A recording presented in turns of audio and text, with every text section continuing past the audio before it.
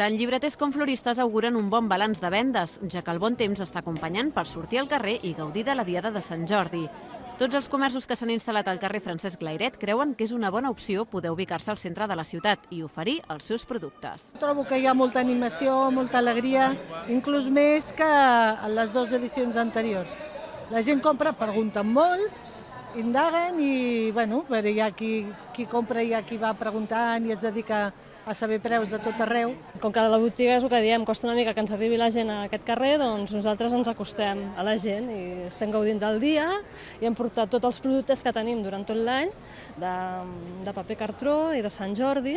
Nosaltres treballem el que és una miqueta més especialitzat al paper cartró, fem coses per encàrrec. Una cinquantena de comerços s'han traslladat a un dels carrers principals de Badalona, un fet que ha provocat la reubicació de les entitats. Hi ha però qui ha decidit ocupar un local buit al carrer Francesc Layret per reivindicar el seu espai al centre de la ciutat. Ha estat Òmnium Cultural. Com que l'Ajuntament de Badalona ens ha marginat, ha exclòs les entitats de la Fira de Francesc Layret, i nosaltres vam dir que volíem ser Francesc Layret perquè és l'espai on hem estat els últims anys i per tant el que hem fet ha estat buscar un espai com és el de l'antic Open Core, ens l'han cedit per un dia per tal de poder fer un espai participatiu, obert a la ciutadania, on la cultura sigui l'element principal. La plaça Pompeu Fabra s'afegeix aquest any als espais destinats a la celebració de la Diada de Sant Jordi. Una vintena d'entitats culturals i socials s'han hagut d'instal·lar en aquesta zona, separades dels comerços del carrer Francesc Layret, un fet que les ha molestat perquè se senten discriminades, ja que estan separades del centre neuràlgic de la fira. Tot i això, avui aprofitaran per oferir els seus serveis, explicar, donar-se a conèixer i també oferir els seus productes i les seves roses solidàries. Les entitats socials de Badalona aprofiten la Diada de Sant Jordi per recaptar fons.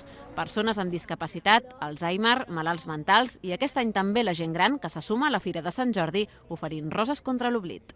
Recollir fons a través d'aquestes rosetes de roba tan mones, que és una aportació simbòlica, valen 5 euros, i a la vegada venim aquí a recollir la rosa que portarem en el nostre acompanyat i li regalarem també un llibre. Per poder mantenir l'associació, perquè si no haurien de plegar. I fem roses. Roses cada any intentem fer-les diferent perquè la gent pugui anar fent col·lecció, com aquell que diu.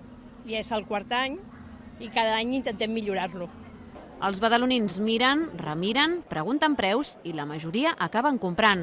I és que la tradició, tot i la crisi, no es perd.